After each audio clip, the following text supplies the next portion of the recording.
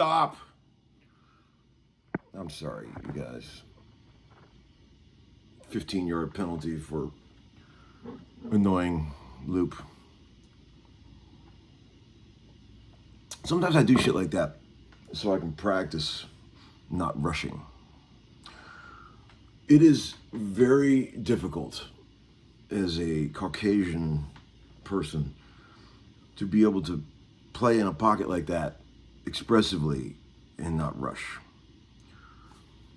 It goes against everything that our genetic code was given to us. But it's a good way to do it. Find a tempo that's awkward, like with your looper. There's certain tempos that are just almost impossible to not rush with.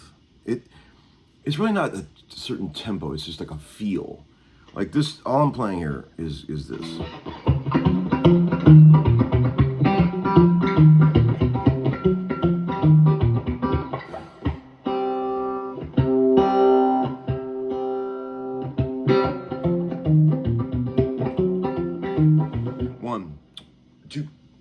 One, two, three, four.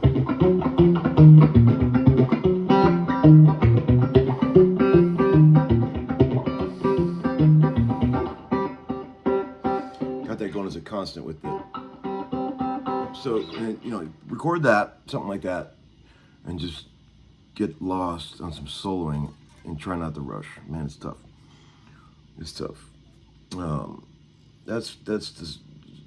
That's probably the hardest thing about soloing in that sort of idiom, I would say, is just being able to play exciting stuff but not rush. That's all right. That's it. You guys get the point. How's everyone doing? Homeschooling number 338, I believe. Yes, I'm having a morning beer. I've got the day off. Sometimes I have a little ice cold beer in the morning just to calm my nerves. I'll mix it with a nice coffee. This is my favorite cup, by the way. I love this cup that the guy sent me from L&M Cases. What a stylish cup this is. Beautiful. And man, what a week. Thanks for all the kind comments about all the race car shit that's been going on. You just never know what's going to happen. Met all these sweetheart people in the race car business. They invited me down to the race on Sunday, but I can't make it because I'm doing a John Oates gig. John Oates is being honored by BMI, and Guthrie and I are putting together a little band to back him up and have a bunch of guests to get up and do it. So yeah, that's gonna be. I have to learn 1 million songs today. Of course, I waited till the last minute to learn the songs because that's what I always do. Oates sent me a text and said you should make a video of how you learn songs really fast. I just don't have the technology to do that. It would require editing, and but what I'll do is I'll sit down with the records. What a really good idea when you're on a gig like that. Text the most organized person in the bunch. In this case, Guthrie is my guy because he's got people that work for him. And I said, please just make us a playlist on Spotify of all the songs we have to learn instead of having them scattered through 1 million emails. Put them on one playlist. Step one, get them all in one place, right? When you got to learn a bunch of songs for a gig, get them on a playlist and do it that way. When I had to learn all those 800,000 songs for that Vince Gill gig recently, that's what we did.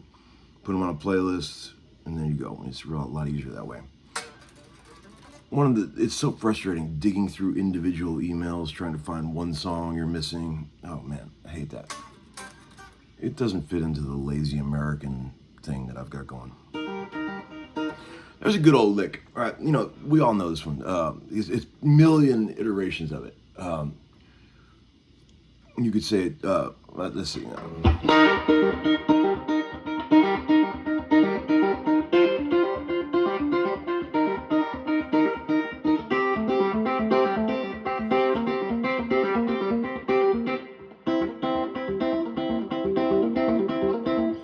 Anytime you can get the guitar hammer-on thing to work in rhythm, it's like when you get a delay pedal working for you rhythm. It's a good thing. Like use your claw hand. I use index and ring finger to play these E flat and this B flat.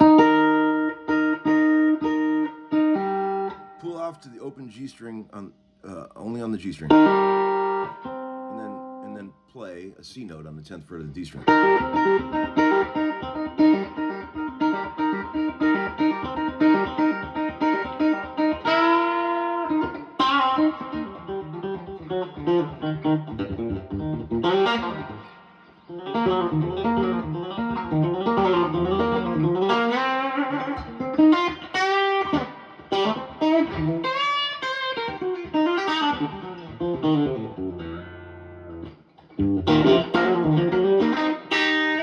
It's a pretty damn good telly, friends. I'm telling you, this thing it's springy, dangerous. It's got that good rattle and clank, like Jed says. He likes a dirty telly in that regard. It's got that. But that kind of shit right there, those rhythmic licks, like listen how cool that works against this loop. Check it out. Here's the loop. 3, 4, 1, 2.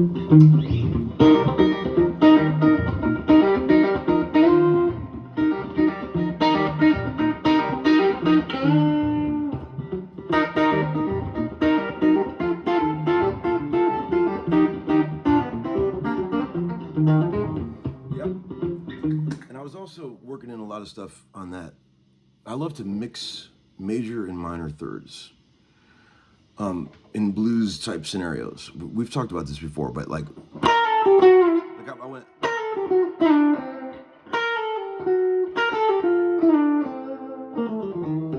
You know, where you got your ear is expecting blues. What you're expecting,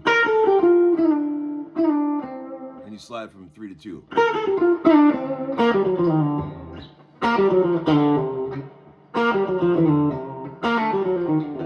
You can mix it like this. Like you can be like.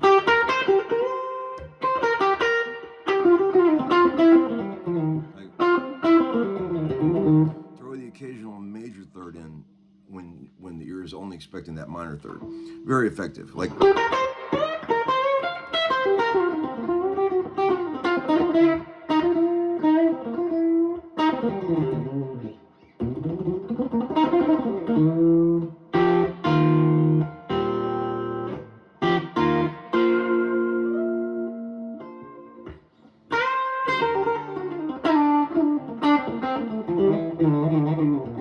In the old half whole tone scale.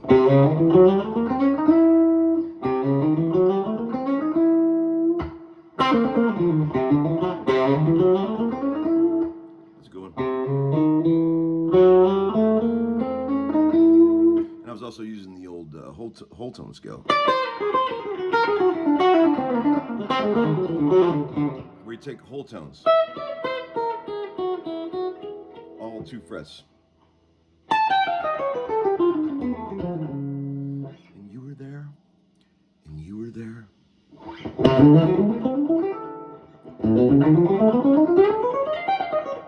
That kind of shit. That's hard to do.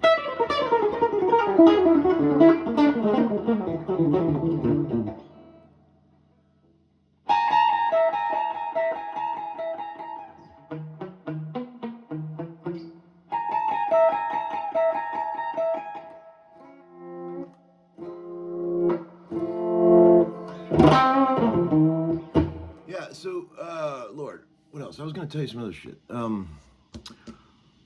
You know, when I did that session the other day with Mike Mills and Steve Gorman, we were goofing around. We had a million laughs. Gorman recalled a time when I was telling him the story about being a latchkey kid. You know, when I was a kid, it was pitiful. I was way younger than the rest of my brothers and sisters, and my father died when I was very young, and then my mother was always working. So when I got home from school every day, no one was there, right? It was sad. Like we had one of those old houses where it had a milk door. You know what those are? Right next to the back door, there was a little compartment that opened. In the old days, people used the milkman would come and put milk in there, M-E-L-K. And of course, we just had it stuffed full of junk and bugs and dirt because no one, cleaned it. But they would hide a key in there for me. And every day I'd come home from school.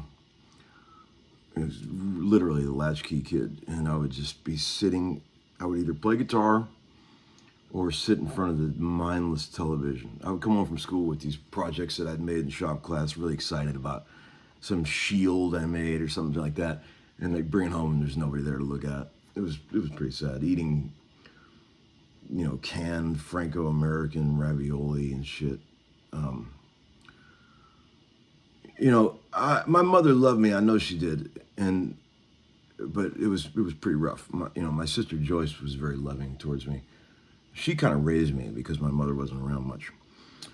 But during this is every time I hear the theme song of any dumbass 70s sitcom, I get depressed immediately.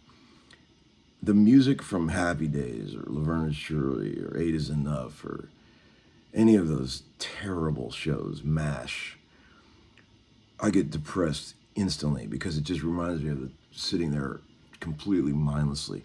I used to watch so much television. Nick Goverick and I talk about this. We were both raised by television. And, it's just terrible. And I try to keep my kids off that shit as much as possible, but it's hard. But I watch so much TV that, remember those commercials for like K-Tel where they would have some compilation records of terrible. I watched so much television that I saw the commercial for Solid Gold Party Rock K-Tel records so many times that I memorized the collage. They would just play a snippet of a million songs. And Steve got a kick out of it because I can still remember it at age 55. It started, excuse my terrible singing, but this is how it went. Solid Gold Party Rock. I think I might have already done this for you guys, but if I haven't, here it comes. Baby love, my babe, hot town, summer in the city. Everybody's doing a brand. I get around, yeah, get around, round, round. I get around. I love him, and where he goes I'll follow. Now I'm a believer. Ooh, ooh. I can't see me loving nobody but you, Johnny Angel. Here he goes. Come on, boy, see about me. Keep away from Runaround Sue. He's so fine. Rough childhood, friends. But the guitar was always my friend, and I would just sit for hours and hours and play, and there was no distractions. There was no cell phones, no internet. I would just sit and play, and I told you, my method of practicing in those days was get a guitar and just start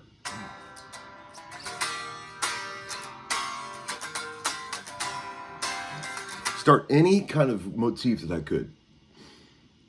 A little song, repeating pattern, and then I would start trying to take chances inside of that until I got lost and blow it, and then I would start a new one. That's how I practiced. It's a very musical way to practice. Just could be anything. Just start a thing, like.